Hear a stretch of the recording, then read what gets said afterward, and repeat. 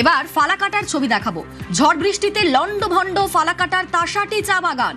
রাতে ঝড়ে উড়েছে পর পর দোকান, বাড়ির চাল। ক্ষতিগ্রস্ত হয়েছে একাধিক বাড়ি। গাছ, বাঁশঝাড় উপড়ে গিয়েছে। ক্ষতিগ্রস্ত হয়েছে একাধিক বাড়ি। আমাদের সঙ্গে রাজকুমার রয়েছেন প্রতিনিধি। রাজকুমার, রাতের এরকম দুর্যোগের পর আজ সকাল থেকে কিরকম ছবি?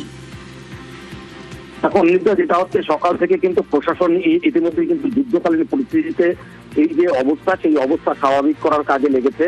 বিদ্যুৎ কর্মীরা অনেক জায়গাতেই কিন্তু বিদ্যুৎ যে সরবরাহ ব্যবস্থা সেটাও স্বাভাবিক করতে পেরেছে।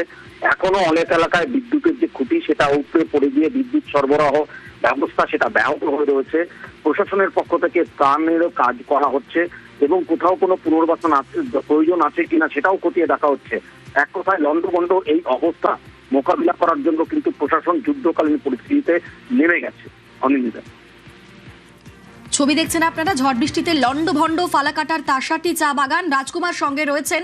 রাজকুমার, মোটামুটি কতটা এলাকা ক্ষতিগ্রস্ত হয়েছে? দেখো অনিন্দিতা, খুব বেশি এলাকা ক্ষতিগ্রস্ত হয়নি। ব্লকের অন্যান্য জায়গা, তাসাটি চা বাগান ছাড়াও অন্যান্য জায়গাও কিন্তু সেভাবে ক্ষতিগ্রস্ত হয়নি, কিন্তু গোটা জেলা জুড়েই কিন্তু হালকা ঝড় বৃষ্টি হচ্ছে গত কয়েকদিন থেকেই।